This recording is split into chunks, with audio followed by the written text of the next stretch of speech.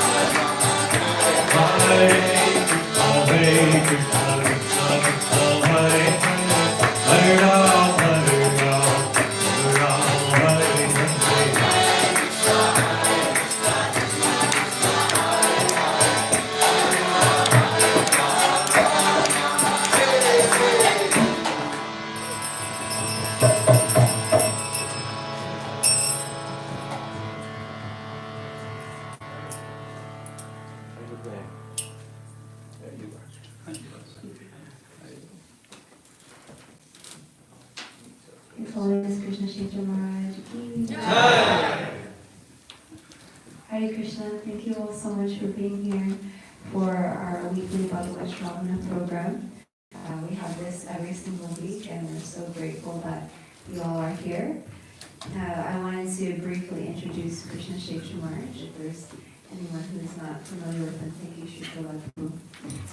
He is a disciple of Prabhupada, and he has been practicing Krishna consciousness since 1972. And he has served as a missionary, as a pujari, and counselor. And in 1995, he compiled and published the Pancharatra Pradipa, which is a manual for Chaitanya Vaishnava temple worship, which is super important. And he's also, he has some other books which will be selling in the back after the program. And one of his books is there. And then there's also a sign if you're interested in getting some of his other published books. You can also get the information for that. And in 2004, he received a PhD degree from the University of Oxford for his dissertation on Chaitanya Vaishnava worship. And he's now a research fellow of the Oxford Center for Hindu Studies. And although he has so much academic work, he still extensively travels all around the world, guiding so many people in their Krishna consciousness and inspiring people. So we're very, very fortunate to have him here with us today. He did a one-day retreat on Chaitanya Leela yesterday, and today he'll be speaking to us on dialogical Vaishnavism. Please, let's give him a big, big round of applause to welcome him.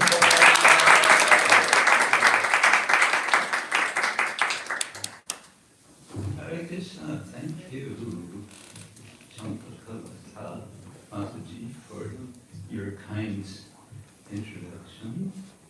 And thank you all for being here. And I'm so happy to be in the Bhakti Center. It's the place to be. Be there or be square.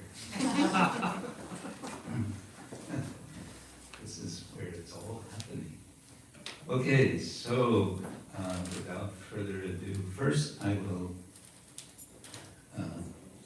I think you can see what my topic is, and we'll start with a verse from Srimad Bhagavatam, one which some of you may know already.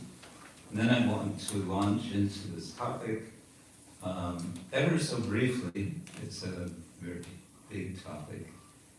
And first we can chant some pranati. Om Ajnanatimagandhasya Jnananjana Shalakaya Chakshurumilitam Yena Tasmai Shri Gurave Namaha Shri Chaitanya Manobhishtam Sthapitam Yena Bhutale Swayam Rupa Ramayam Tadati Swaparantikam Vandeham Shri Guru Shri Yuta Varakalam Shri Guru Vaishnavanscha Shri Rupam Sagrajatam Saranam Raghunatam Pitam Dhammasajivam Sadaitam Savadutam Harijana Sahitam Krishna Chaitanya Devam Shri Radha Krishna Padam Sagana Dalita Shri Vishakam Scha Om Vishnu Padaya Krishna Prestaya Bhutale Srimate Bhakti Vedanta Swami Vitinamine Namaste Saraswati Deve Gauravani Prashadine Nirvishesha Shunyavadi Paschatyaye Shatarine Manchakalpa Tarubhyascha Kripa Sindhubhya Evacha Patitanam Bhaveyo Vaishnavebhyo Namo Namaha He Krishna Karuna Sindhu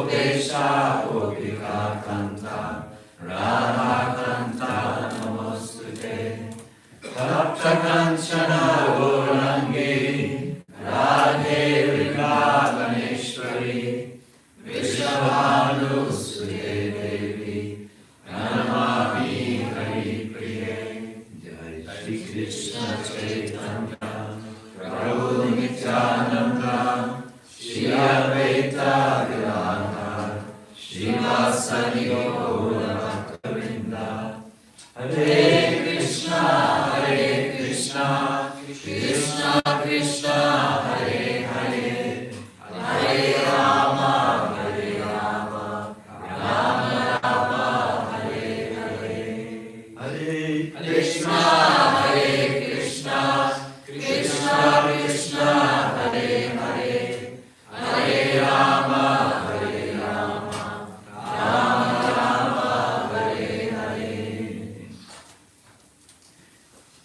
Our topic today is what I call dialogical Vaishnavism. I think we all have some idea what dialogue means and what Vaishnavism means. So I've made it into an adjectival dialogical Vaishnavism. And my subtitle, Extending the Connection, is meant to allude to the word yoga. Yoga is often translated as connection. The English cognate for yoga is yoke. To yoke is it's considered actually the earliest meaning of the word yoga. So extending the connection is what I want to suggest could be something to do, something to engage in. And so to start this, I thought let's go with a well-known verse description of the sadhus, because I like to think that the Hare Krishna movement is not a guru movement, it's a sadhu movement. Srila Prabhupada gave us the tools, as we say today, the tools for becoming sadhus and sadhvis, the feminine form of sadhu, although the word sadhu can also be used as with Prabhu, Prabhi. Ladies can be addressed in terms of Sanskrit grammar, either as Prabhu or Prabhi, or as sadhu or sadhi. That's another subject. So here we go. Shall we chant this together? All right. Titikshava karunika. Titikshava karunika. Titikshava karunika. Titikshava karunika. Suhrida sarvadehinam. Suhrida sarvadehinam. Suhrida sarvadehinam. Suhrida sarvadehinam. Ajata Kshetra Shanta. Ajata Kshetra Shanta. Ajata Kshetra Shanta. Ajata Kshetra Shanta. Sadhava Sadhu Bhushana. Sadhava Sadhu Bhushana. Sadhava Sadhu Bhushana. Sadhava Sadhu Bhushana. Anyone else like to give it a shot? Titikshava karunika. Titikshava karunika. Surya sarvadehinam. Surya sarvadehinam. Ajata Kshetra Bhashanta. Ajata Kshetra Bhashanta. Sadhava Sadhu Bhushana. Sadhava Sadhu Bhushana. Titikshava karunika. Titikshava karunika.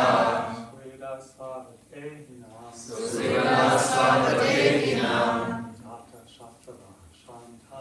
Ajata Kshetra Shanta.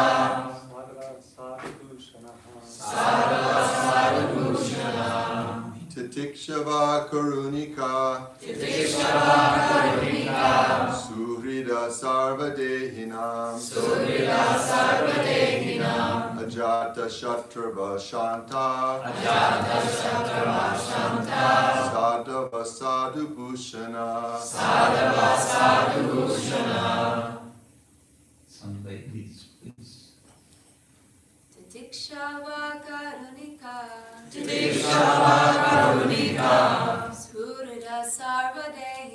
Surya Sarvadehinam Jata Satrava Shanta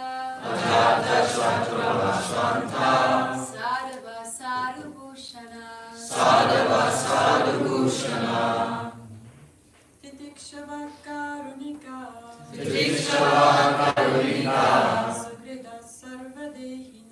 Sugrida Sarvadehina Ajata Kshetra Shanta Sadhava Sadhu Bhushana And one more lady to make an even number of 3. Titikshava Karunika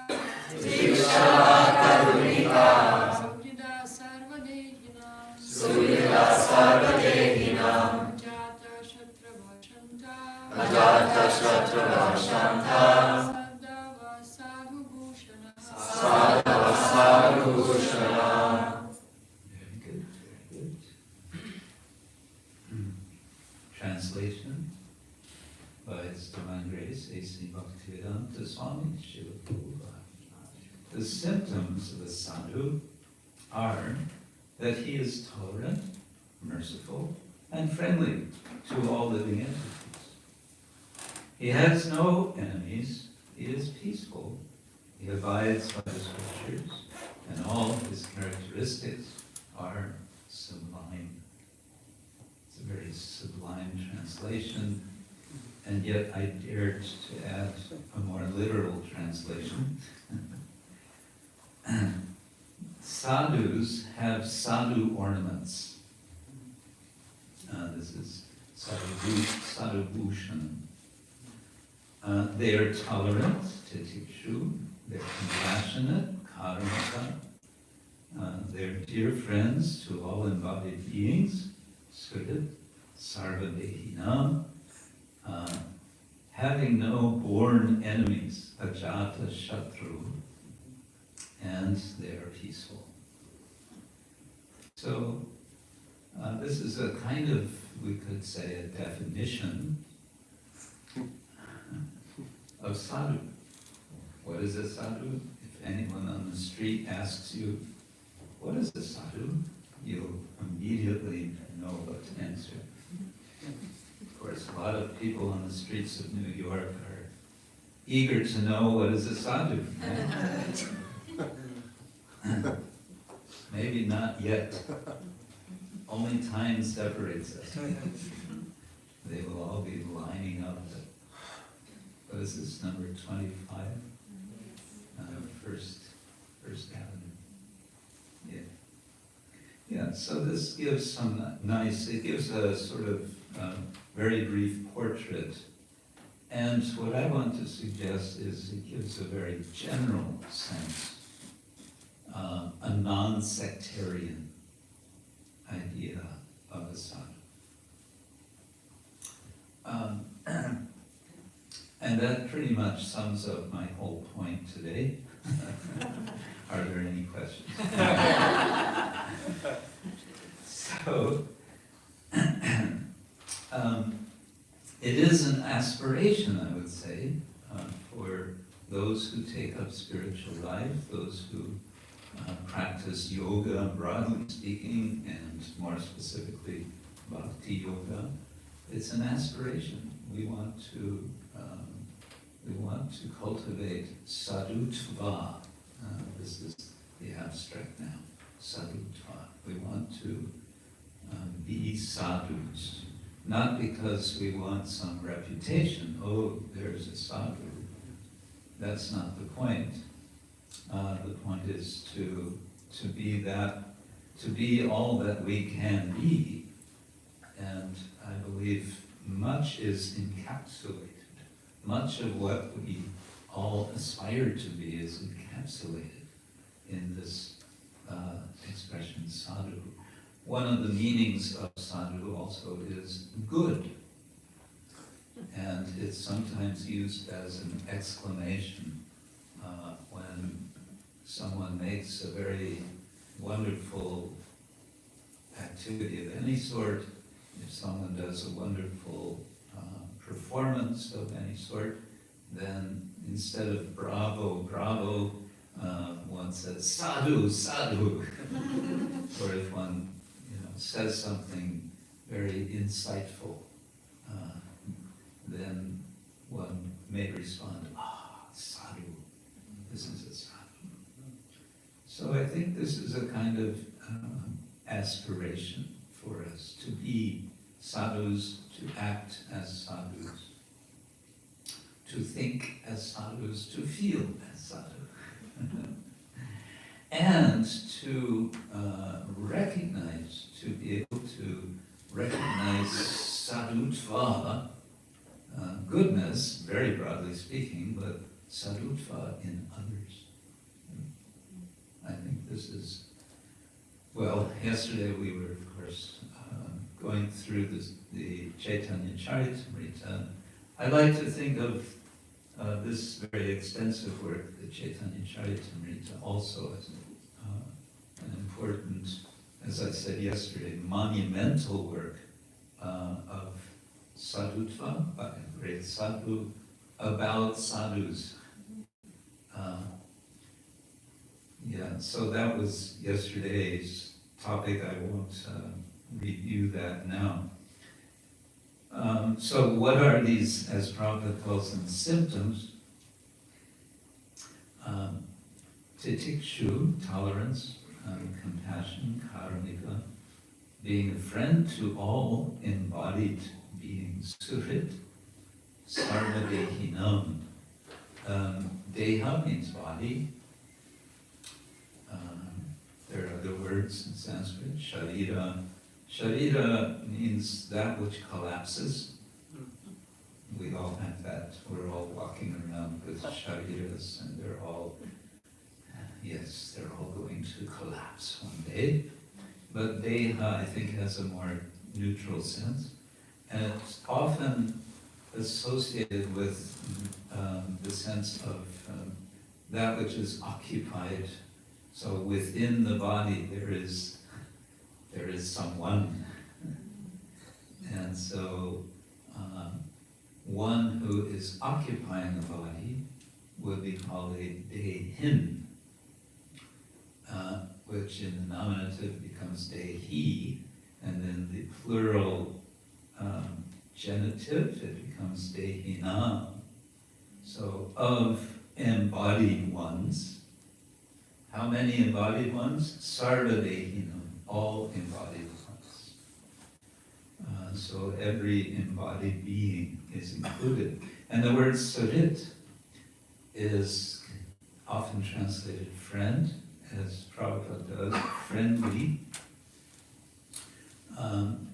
It's one of several words for friends, but it has a kind of special sense because of the word within this word, namely hrit. Hrit means heart, and so suhrit has a sense of really close friend, someone who always wants the best for us.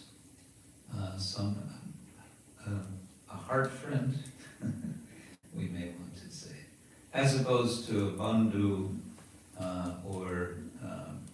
there's other terms. And this interesting expression, ajata shatru, shatru means enemy, and ajata means not born. One whose enemy is not born. The suggestion being that there's just no, the quality of the sadhu is such that no one feels like being an enemy to that person. It just isn't there because of the other qualities, we can say, of the sadhu. Of course, we might want to say, well, I'm skeptical. I don't know anyone who doesn't have enemies, especially in the present age. So I probably have a lot of jata shatrus, a lot of born enemies. Well, okay, but we're also speaking of an ideal to aspire for. And so I think it's not unreasonable to say we would all agree it would be nice that we would have no enemies, that no one would think of themselves as our enemy, and that would be something worth endeavoring for. And then we could say with all of these qualities together, what is the sort of end product or end emotion or feeling of a person who is a sadhu? They're shanta. We all know the mantra, Om Shanti, Shanti, Shanti. I think this would be a nice mantra to have on billboards all over the world. You know, maybe it's a bit much to have Hare Krishna. Sounds a bit too sectarian, but for some people. But yeah, why not? Shanti, Shanti. And then people will ask, what is that, Shanti? That is an interesting topic. Okay, dialogical?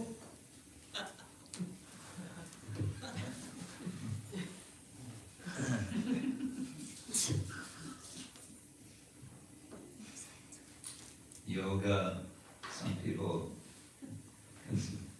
some people think of yoga in this way.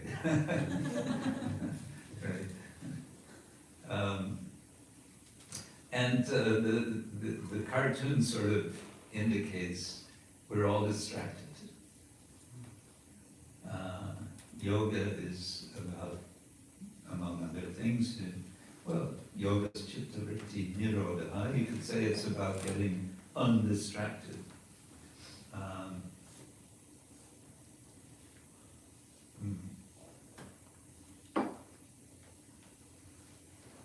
So being a sadhu also means being undistracted, being focused, because of being shanta.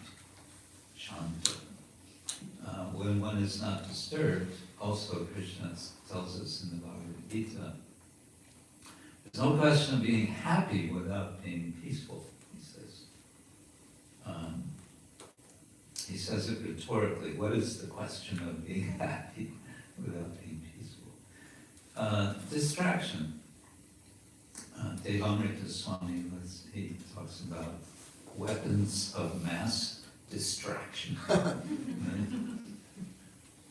There are a lot of those, and what I want to suggest is that sadhutva can facilitate, communication on a deeper level, and this will facilitate reduction, perhaps elimination of the distractions of this world for greater numbers of persons.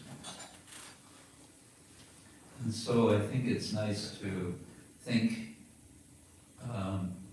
we sometimes use this word preaching, and this is not to say that this is a bad word, it's not a dirty word, it's a word which Srila Prabhupada used, I don't know how many times, a lot. So I don't want to, put any aspersions on this word. But I do want to suggest something, maybe we want to say preaching as sharing, maybe that would be more satisfactory, but in any case, this morning I wrote sharing rather than preaching. Because sometimes we might have a conception of preaching which is self-defeating, rather than extending connections. We might actually be breaking connections, and that's not what we want, is it?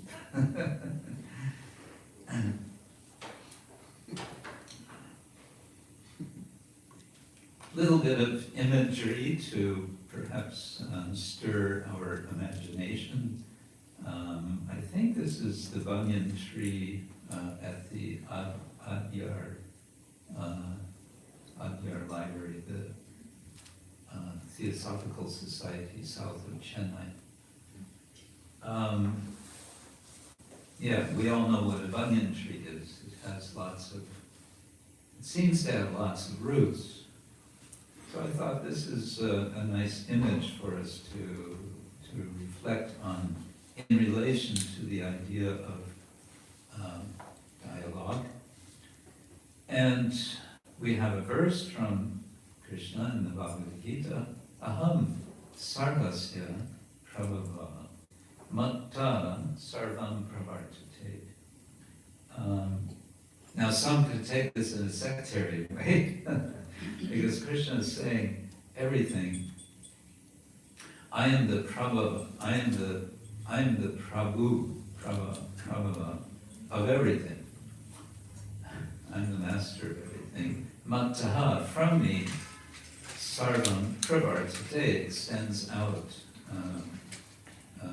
emerges, comes out. Well, but I think we can also take it in a non-sectarian way. I think we can take it in a non-sectarian way. There is someone, let's call him the Supreme Person, and he's identifying himself as being a source, which is common, or who is common to all. So I think that makes a nice sort of starting point. There are common roots which connect us all. It's not a very profound point, it's kind of obvious, but then it's also seems to be something we very quickly forget much of the time. And that becomes a problem. Common roots and common aspirations. And Krishna says also in the Bhagavad Gita, Mama Vartma Anuvartante Manusya Vartan Sarvasha. Mama Vartma, my path, Anuvartante, they follow. Who follows? Manusya, all human beings. O Partha, Sarvasha Manusya. O Arjuna, everyone is following my paths, as Prabhupada translates, in all respects. Sarvasha can be taken like that. Everyone follows my path in all respects. That's, of course, an interesting idea to think about and reflect on. What does he actually mean by that? I sometimes think it means, well, some are going this way on the path and some are going the opposite way. But we're all on the same path. Yeah, some may be going around in circles on the path, but okay. But he's identifying there's some kind of directionality suggested here. And with directionality we have a sense of progression. And with that, I think we have a sense that the sadhu, being a well-wisher, being suited of all beings, sarvadehinam, is a well-wisher, meaning wanting to encourage everyone to progress on the path, to make a progression. One way or another. Another sort of imagery we might make use of is the bridge. I used this it's already some years ago. In Hungary, I was asked to speak about bridge preaching. Have you heard that expression? And some people get quite excited. Yes, bridge preaching. And others say, ooh, bridge preaching. No. So I said, well, to me, if anyone is preaching Krishna consciousness, bhakti yoga, in a positive way, which is connecting with others, that's a bridge. That's bridge preaching, and it seems to me that any good preaching is going to be bridge preaching, and the best bridge preacher is Sri Chaitanya Mahaprabhu. And of course, our Srila Prabhupada was an incredible bridge preacher. Isn't it? That's what. So here's another verse to contemplate, also from the Gita. Adveshta sarvabhutana maitra karuna evacha nirmamo nirahankara samadukka sukha kshami. And this little bit expands on the idea of the sadhu, but it's connected to, it's within the 12th chapter where Krishna is explaining who is dear to him. And he's listing different qualities. I won't spend a lot of time on this. The second line, near mama, nothing is mine. Near ahankara, free from what Prabhupada calls false ego, false sense of identity. And then samadukka, sukha, being equal in both happiness and distress. So being on a platform which is somehow above all of the shiftings of our experiences of positive and negative in this world. And Shami can take as being forgiving. Very difficult we tend to find it difficult to forgive others. In any case, all of this can be helpful, I think, in bridging, which I think is, and we can think of dialogue as bridging. Another bridge, and I thought, here's an image, well, thinking, yeah, I don't know about this bridging. It's kind of scary, right? Just talking with others can be scary. Yes, there's a risk. The biggest risk is one's false ego might be wounded. But for the sadhu, there's no danger, because the sadhu is beyond the false ego, which we are aspiring to. Dialogue can be risky and greatly rewarding. How is it rewarding? Because it's extending the connection. And it's connecting ourselves with others, it's connecting others with our beloved Lord, with Krishna. Okay, statistics. We all love statistics. Maybe we should start with the question at the bottom right here. Is yoga a religion? Because here I'm showing world religions by percentage. This is a little outdated. I couldn't find a better up-to-date on the internet. I'm sure it's there, but anyway.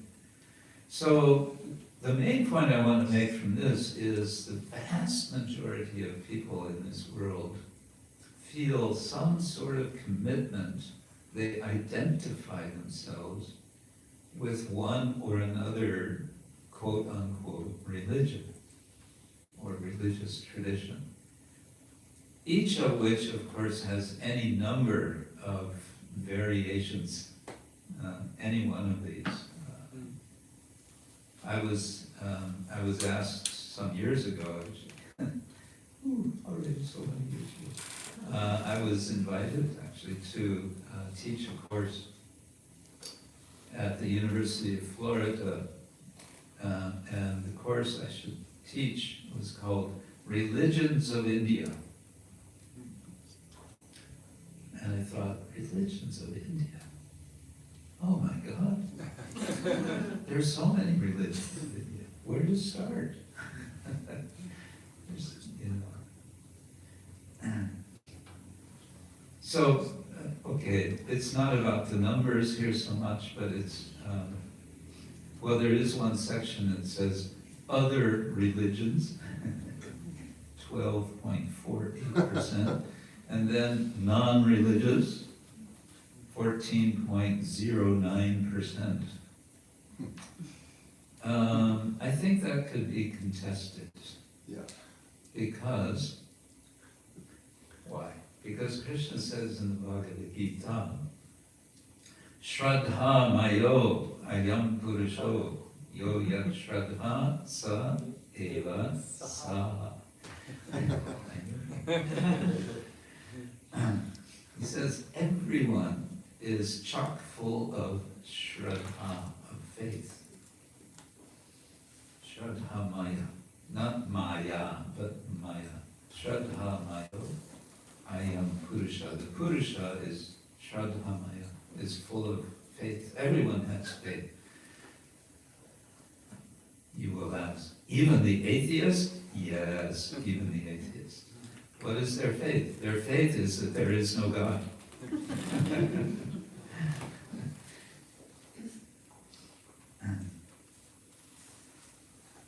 Okay. Some questions that we might want to think about if we're thinking about dialogical Vaishnavism. The first one, how can our own spiritual lives and devotional experience of Bhakti Yoga be enriched through open engagement with people of faith in other spiritual traditions? So we've just seen people have so many different faith traditions.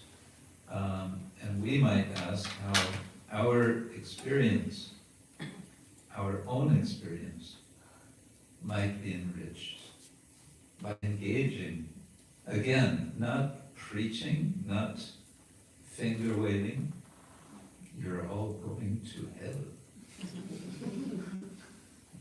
But dialogue, which of course means there's at least two persons and they both have two ears and one mouth, and as the saying goes, how does it go? 2 ears. We have 2 ears and one mouth, and think about that for a minute.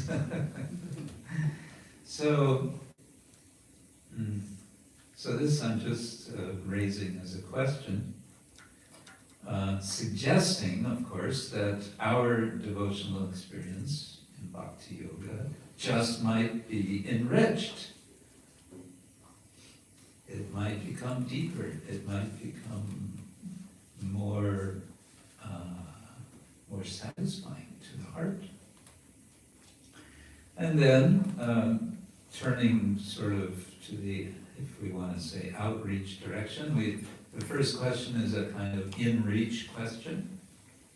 And the second one might be outreach. How can we share Bhakti Yoga with others in ways that are value-adding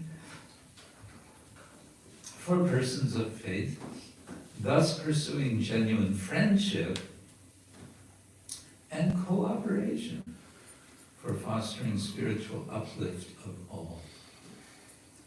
So there's a history to what has come to be called interfaith or interreligious dialogue. And the modern history is often marked by an event in Chicago in the late 19th century. You may know what I'm speaking about. The Parliament of Religions which took place in 1893. And over the years, over the decades, various sorts of various sorts of formal dialogue have been engaged in. And there's a history to that. And I met one scholar, he was in Oxford for some time, and I was chatting with him about his study. He researches, or he researched this history of interfaith dialogue. And I asked him, what do you think about the Parliament of the World's Religions interfaith dialogue, which I think it had just taken place in Barcelona. I had attended it. And I asked him, what do you think of this? How did you, because he had attended, what did you think of it? And he said, well, the main thing is that it happens. At least it goes on. It's something at least is happening. Some kind of effort to make dialogue is going on. I have to say, on the perhaps negative side, I find a lot of these formal interfaith dialogues become sort of serial monologues. One person speaks, and then the other speaks, and the other speaks, and nobody's really listening very much to anybody else. But, okay, but it goes on. At least some attempt is there. This is a bigger topic, and I don't want to linger, but the third question is, how can we, who is we? Well, all of us sitting here perhaps, how can we foster a culture of dialogue among Krishna bhaktas? A culture of dialogue. So this is a bit, we can say, my little confession of what I would like to be a very small agent for, is encouraging us, first of all, to be thinking about it and then talking about it, culturing a culture of dialogue. And a lot can be said about this. For example, well, what about dialogue just amongst each other? What to speak of dialogue with others?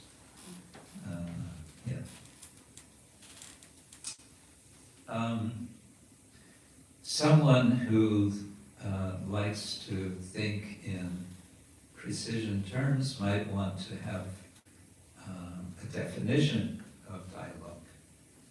Well, here's one you might like from Scott London in an essay called The Power of Dialogue. He says, dialogue is a form of discussion aimed at fostering mutual insight and common purpose. Imagine that. The process involves listening. Huh? No. We don't listen. We just tell everyone what they should be listening to. It involves listening with empathy, searching for common grounds, exploring new ideas. No, we don't have new ideas. We have very ancient ideas. We got to get to the ancient ideas. There's no need for new ideas. New ideas and perspectives, and bringing unexamined assumptions into the open. No, I don't have any unexamined assumptions. I've got it all up front. I know exactly what I'm all about. Yeah, so you can see there's a lot of challenge. Just if we take that definition, that would suggest we might have a bit of homework to do in our own efforts. Another definition And this is William Isaacs from his dialogue in the art of thinking together. Thinking together. A dialogue is a conversation in which people think together in relationship. A dialogue is a way of taking the energy of our differences and channeling it towards something that has never been created before. That's getting way out there, isn't it? And yet, what I want to suggest is, I think this is what we're really looking for. I think we're looking for this. I think this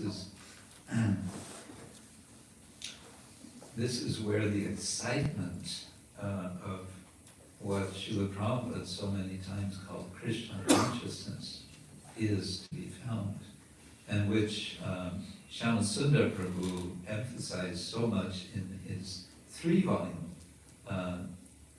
memories of his times with Srila Prabhupada.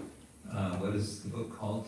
Chasing Rhinos. Yeah, Chasing Rhinos. There are so many rhinos running around in New York City.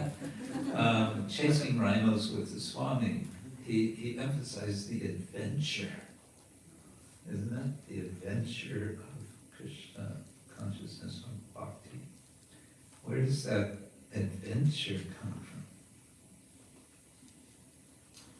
Well, you may say, we don't do dialogue, we do debate.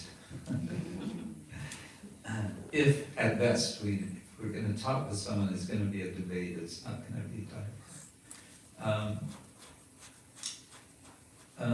Okay, I'll very quickly do this, and then I'm kind of watching the clock, and I want to give a bit of time for discussion, because I'm talking about dialogue. Okay, when it comes to modes of conversation in which people disagree, conservatives, wary of dialogue, tend to favor debate. Unlike dialogue, debate implies a clear-cut contest.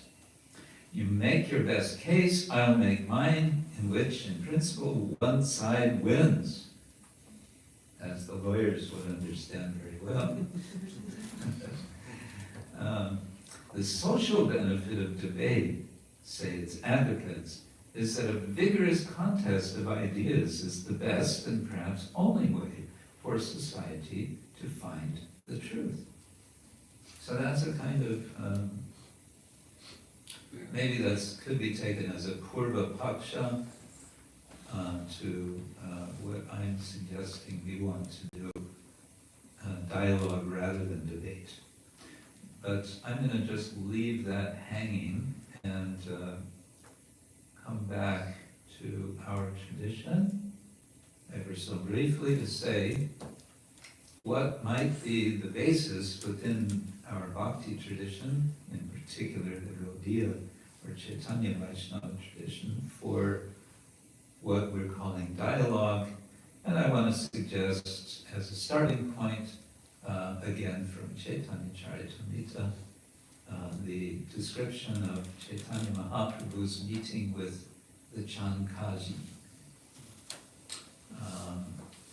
It's an interesting little passage to read in the Chaitanya Charitamrita Adi Lila, 16th chapter perhaps. And I'm just I think I'll leave it at that, but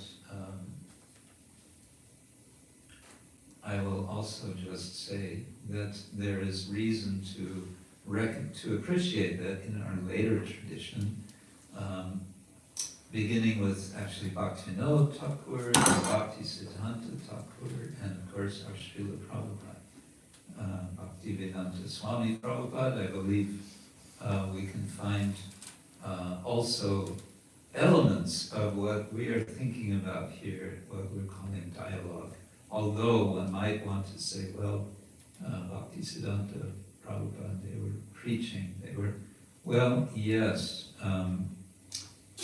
Yes, and.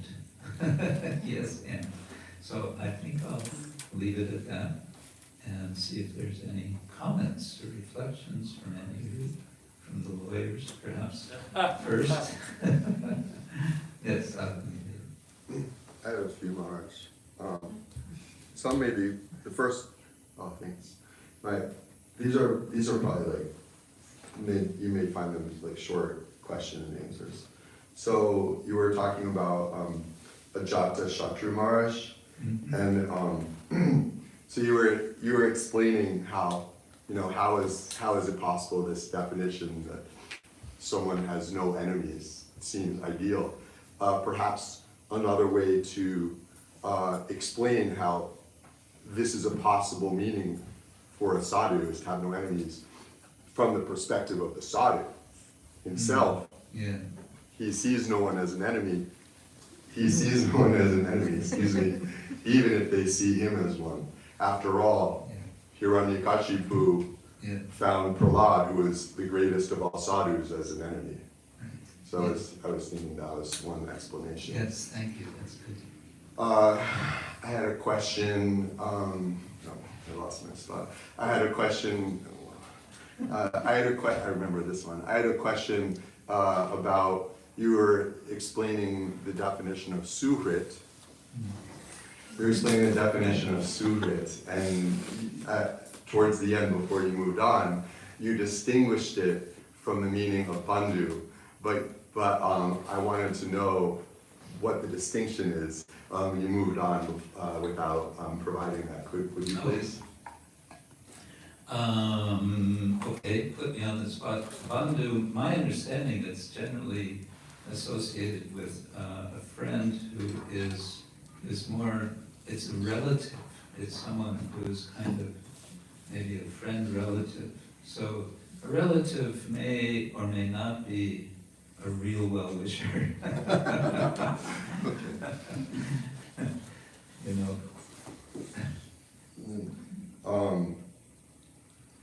There's also Sakha and Sakhi, and these are, of course, they're, the gopis are the Sakhis, and the Sakhas are the gopas.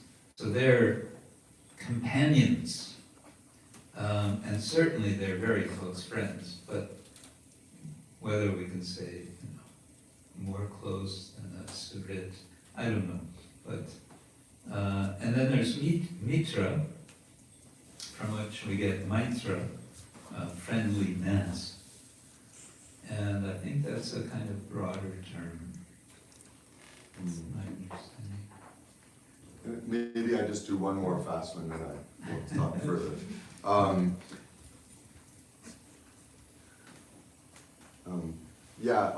So your picture of when you were talking. So you had your photo of the bridge, or a picture of the bridge, and you were talking about bridge preaching, and you were describing how it's risky. And Maharaj, you said the greatest risk is to the false ego. And I had just a question about the types of risks and how they might relate to each other, or which is the greatest risk. I thought of two risks. Besides that one, perhaps it's not different from it, but the two risks that I was thinking of were, one, if you, so the preacher is on one side of the bridge, the person he's speaking to, we could say is technically on the other side, and the preacher is trying to bring that person to his side of the bridge. So maybe the preacher instead, he gets influenced by the person on the other side, but perhaps that's not different from your response, from your point that the greatest risk is the false ego, because if you get taken to the other side, I suppose your fault, that's because your false ego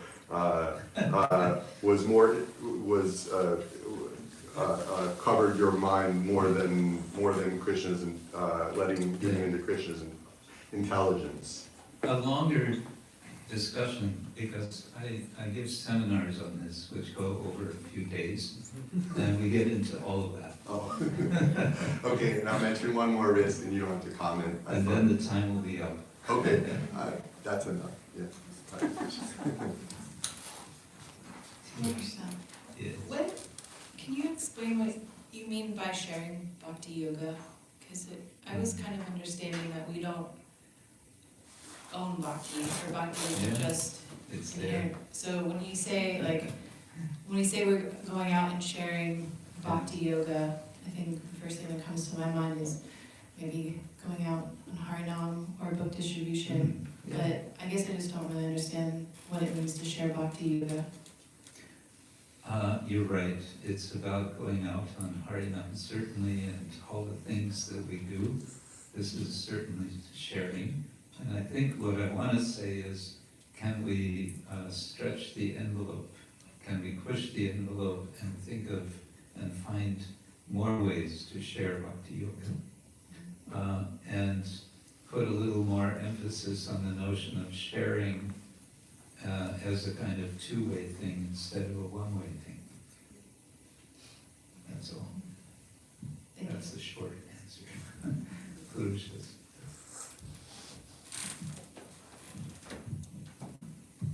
Thank you for the lovely talk, Maharaj.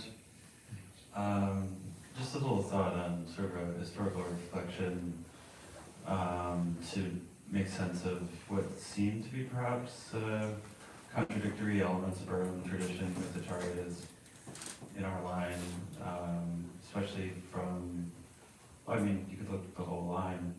There's this element of an acharya to preach, to defeat, to destroy contending views, Dignity, you know, shopping.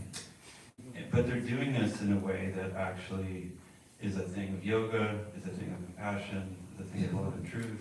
Yeah. It's coming from the place of being sadhu. Yes.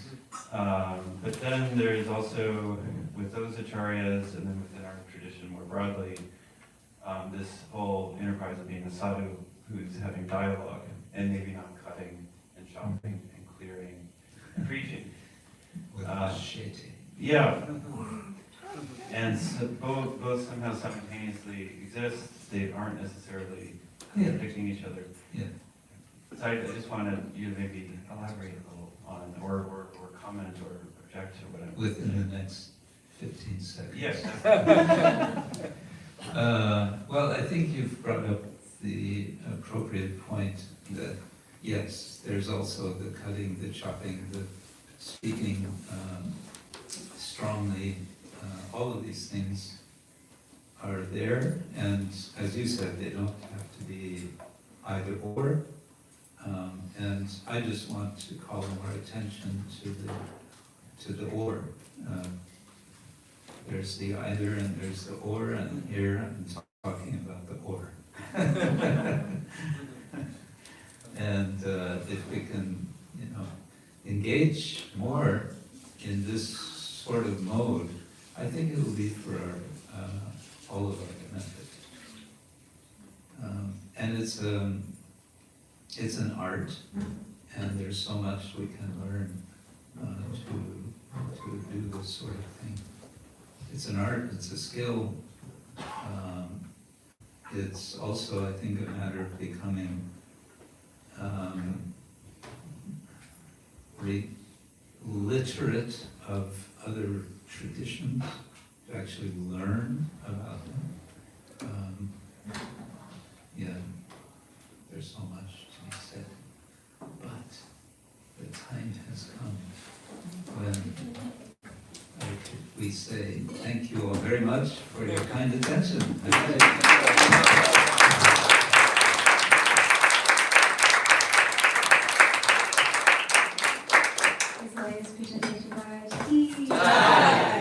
And thank you so much, Maharaj. So now we're going to have arti for Sravana Chandra. Everyone can just move the red cushions to the side and come forward to dance and sing in kirtan together. Hare Krishna. Hare Krishna.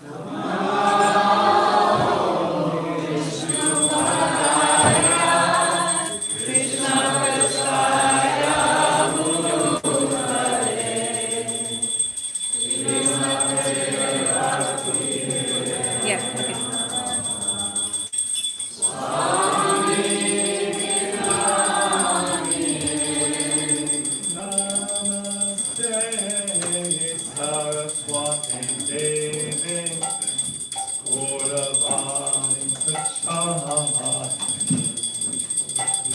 Nirvishesha Shunyavani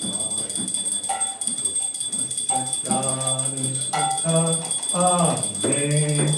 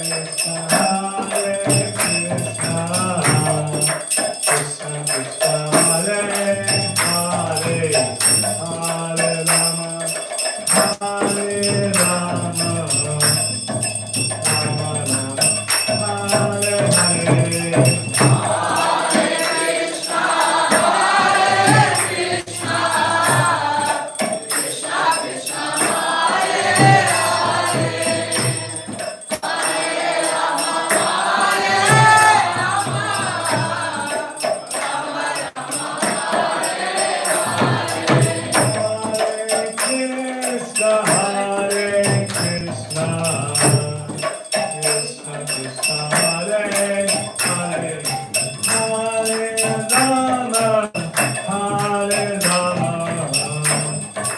Hare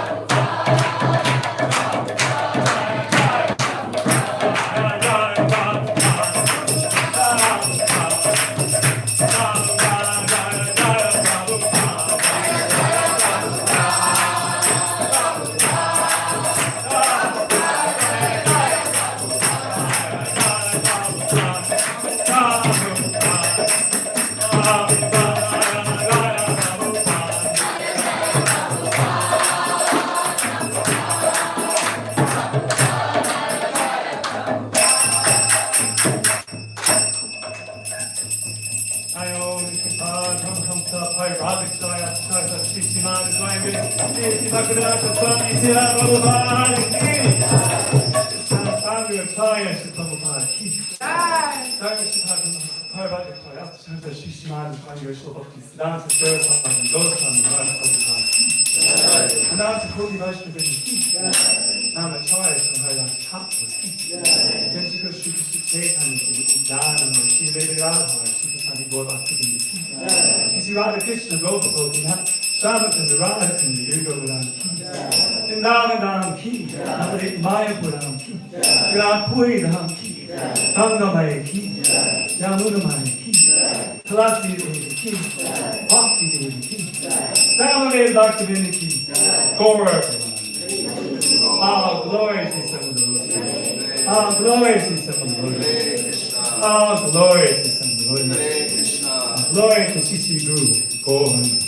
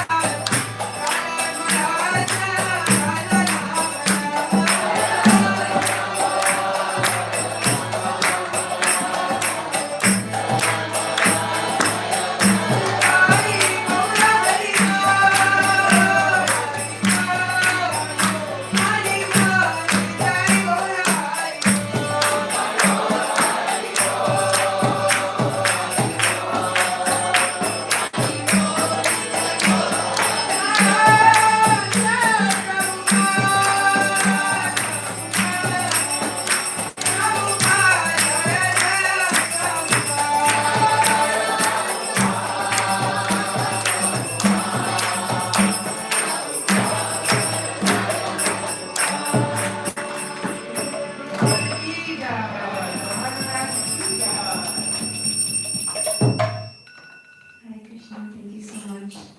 Thank you all so much again for being here with us today for our Bhagavat Sravana. And let's give another round of applause for His Highness.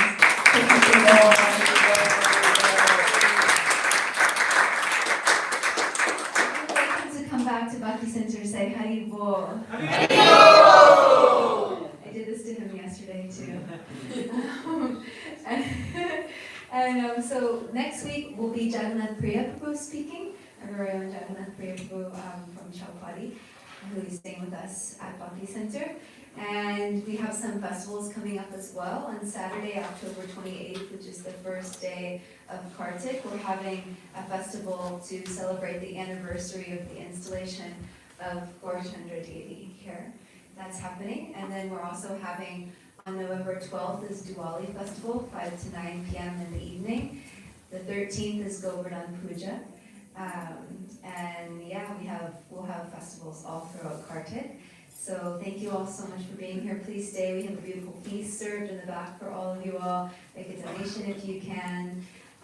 And have a beautiful, beautiful rest of your day. Hare Krishna. Yes, there's Harinam. Yeah, you can mention my Yes. bridge preaching. Yes, literally going to be preaching on a bridge. If you are interested in joining, they'll be leaving from the Brooklyn Temple at 2 p.m., correct? Yes, or the Brooklyn side of the bridge at 2:45. Or the Brooklyn side of the bridge at 2:45, coming back this way. So if you want a little bit more time, you can meet them 2:45 at the Or you Brooklyn. can start on this side and meet them in the Yes, middle yeah, take and a have a couple. dialogue. Wow, Marsha was so good. Wow, yeah, so please join Krishna Kripa Babu for that. Thank you all so much. And there's going to be a book table in the back, so if you all would like to purchase some of Maharaj's books, please do so. Hare Krishna.